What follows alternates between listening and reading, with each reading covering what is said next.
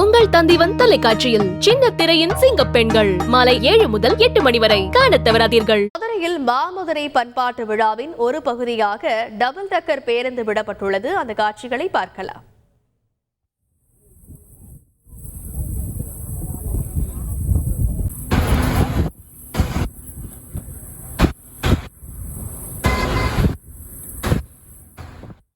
இது பற்றி மேலும் விவரங்களை செய்தியாளர் பிரபு விவரிக்க கேட்கலாம். வணக்கம் பிரபு, முழுவதும்.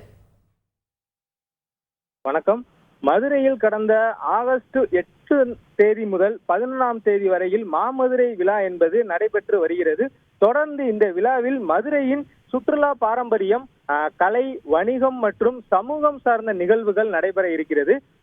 உணவு திருவிழா மற்றும் வர்த்தக பொருட்காட்சி திருவிழாக்கள் உள்ளிட்ட சிறுவர்களுக்கான விளையாட்டு நிகழ்வுகள் என பல்வேறு நிகழ்வுகள் இந்த மாமதுரை திருவிழாவின் போது நடைபெற்று வருகிறது. இந்த நிலையில் இன்று மதுரை பைபாஸ் சாலையில் மாமதுரை விழாவை முன்னிட்டு டபுள் டக்கர் பேருந்தில் கலாச்சாரத்தை உணர்த்தும் வகையில் அலங்காரம் செய்யப்பட்டு முன்பதிவு செய்த பொதுமக்களை அழைத்து செல்லப்பட்ட பேருந்து பயணம் என்பது இன்று காலை துவங்கியது.